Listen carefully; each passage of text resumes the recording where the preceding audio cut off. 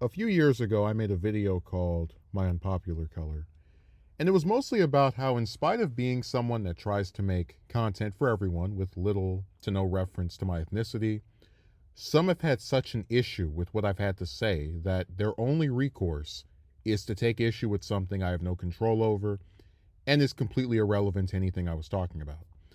I also mentioned that so many men throw stones about my supposed lack of desirability to women and what I can do to self improve when, in many cases, there are women who will not date a man simply because of his race. It is a fact that most people date someone of the same ethnicity as themselves, and when you consider that most people online are not black, it makes finding a woman who likes you back about as easy as sneezing with your eyes open. But a fact like that will never be acknowledged by the triangle worshipping caucus. There has been a lot of discourse over my difficulty in getting a job, or rather a second one or a new one, after my current one started giving me 2-to-1 shifts a week for the past 6 months. Some have accused me of being lazy, others have claimed that it could be the positions I'm applying for. What I always try to make clear is that as a person who has applied for various jobs, I tend to abstain from seeking positions that I know I'm not qualified for.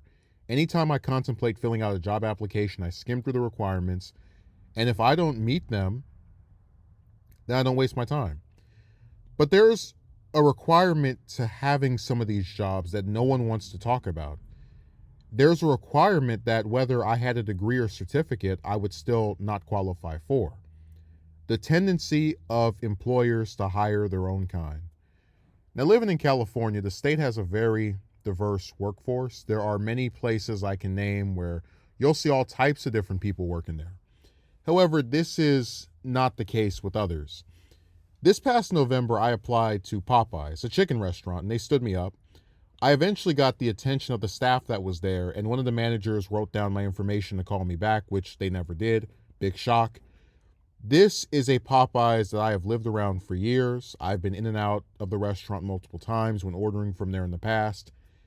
And I noticed that seemingly every person who worked there is Hispanic. I went to a job interview just a few weeks ago where if I were hired, I would be delivering clothes to people's houses from a laundromat. I was excited at the prospect of working a job where I was outside, driving, and had made use of my ability to lift things that many other people cannot. The interviewer told me they had a lot of people applying, and in spite of me having relevant work experience, I didn't expect for it to go my way. But in going there for an in-person interview, I noticed that every person who worked there was Hispanic. Between the women that were washing and folding clothes and the men who were delivering them, it was all Hispanic. And in seeing that, let's just say it didn't surprise me when I didn't get a call back. When I worked at a retailer 3 years ago, I had a very nice boss who happened to be Hispanic, and she told me something interesting. She said that the retailer was accused of being racist because they only hire Hispanics when the area has plenty of blacks residing there as well. Now, I would never say anything bad about her, but I bring this up to mention that in real life, people can see the subtle discrimination that oftentimes is not addressed when someone like myself is chastised, criticized, or condemned for being unemployed or not being able to get a better job. The last job I had before my current one was another restaurant, and I left that job because it was barely using me. Sounds familiar with my current situation. What I thought was interesting was that out of the 7 to 9 employees that worked there, it was all Hispanics besides me. I wouldn't find it out of the realm of possibility that me being hired was only to meet some diversity quota, and they had no intention of actually using me that often. You're used just enough to be on the payroll, maybe in person when one of the owners appears, and then discarded for the rest of the week. I want to clarify that I know there are jobs I'm not qualified for, like fixing cars or being a brain surgeon. But with most of these positions, they have a training period where a person who is otherwise unaccustomed to this type of work will gain familiarity with what is expected of them. When you cannot get hired for one of these types of jobs, and you see the people who are hired all being of the same race, it's really hard to believe that there's some personal failing on your part for your lack of desirability to employers other than a certain disliking of your complexion. You know, people always talk about how you only see Indians working at 7-Eleven. That place has to be one of the few major franchises I've applied to, and never heard anything back from other than a generic email rejection. In December, when I was at the height of desperation, I applied, and I'll show the screenshot, to almost 30 7-Elevens and heard nothing back from a single one, not even a rejection email. It was like I was applying into a void. And going back to the stereotypes, I don't bring up Indians to be insulting towards them. It's just another example of how the owner might be one race and then strictly hire people of the same ethnicity. If that is the case, it makes a lot of sense that one cannot get even an interview, let alone hired. I know one thing for sure. After last year, I'm never applying there again. It is seemingly, depending on your race, a complete waste of time. I actually filled out a job application for, I think, a customer service position. And while I was filling it out, I looked through the qualifications and found that they wanted someone who was bilingual and specifically could speak both English and Spanish. Now, someone might waste the world's time by writing that such a qualification of itself is not, discriminatory, but we all know that this puts Hispanic applicants at an inherent advantage because they're statistically more likely to know Spanish than other ethnic groups. The language thing was this employer being upfront about how, they don't want, or rather would rather not have, any blacks or other non-Hispanic groups working for them. You have to wonder how many of them have the same belief system but are just not as blatant about it. Now that we've addressed racist employers, let's talk about racist employees. When I first started working my current job back in late 2023, I was one of about 8 or 9 blacks working at a place that mostly consisted of whites and Hispanics. I would notice how often my coworkers would walk past me and say nothing. Someone, might be tempted to argue that people are just trying to do their jobs and I shouldn't internalize it so much, but I can be observant and I see how they are with each other.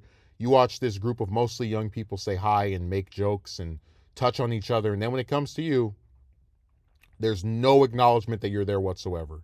It's like being a ghost. I'm not a fan of workplace mistreatment of women and have had to watch many videos on the matter. These videos tend to display a man making suggestive comments towards a woman and touching one of them. These are things that I would agree are wrong and should not be tolerated. I've always had this idea that as long as I kept my hands to myself, did not make any overt, romantic, or suggestive comments, I would be fine. I told the story of an African American guy trying to say hello to a girl in the hallway and her saying that he was too close. He responded, "You mean get closer?" as he backed away, and she reported him in spite of him complying with her verbalized request to step away. The woman that reported the guy for saying hi to her was Hispanic. Both of the women that reported me were Hispanic. People call me an I-word, but I've never tried to get a woman in trouble at her job. I've never tried to destroy someone else's livelihood because they said hi to me or wanted to hang out with me and got annoyed after I kept wasting their time or asked me for my phone number. I personally think these incidents have more to do with the demonic, moralist nature of modern women, but I'm sure there's a racial element in there too. I see how the Hispanics who work there, again, tend to treat each other. You had the one boy touch one of the girls by the back, another tell a girl how beautiful she is. But when I say something, there's the possibility of me being thrown off a cliff. People online are so interesting in that, on one hand, they can be some of the most racist in their rhetoric, as evidenced in my original My Unpopular Color video. While on the other, they try to downplay elements of race and act like it's a non-factor. So many have come on my videos preaching these different strategies. I had one who tried to say that maybe I'm not qualified for the jobs I apply for, and 2 others that were pushing me to go to school to become either a dentist or nurse. And I find it so interesting that for all their combined suggestions, tips, and tricks, none of them would concede or even acknowledge in passing just how many employers will not bother with you simply because you're not one of their own kind. The thing about grifters, scammers, and con artists is that when they are peddling an insta-fix, the term I use to describe when someone suggests something that they believe will magically make everything better, they do it to such an extent that they both ignore and want you to ignore the obvious. I'm supposed to believe that when I walk into a business in an area with dozens and dozens of black youth and see only whites, Hispanics, or Asians working there, that it's just a big coincidence the entire staff is one race. I'm supposed to believe that if I just had this magic resume or some other special piece of paper, suddenly the place which has objected, refused, and denied employment to people of the same ethnicity as me would suddenly bend over backwards to try hiring me.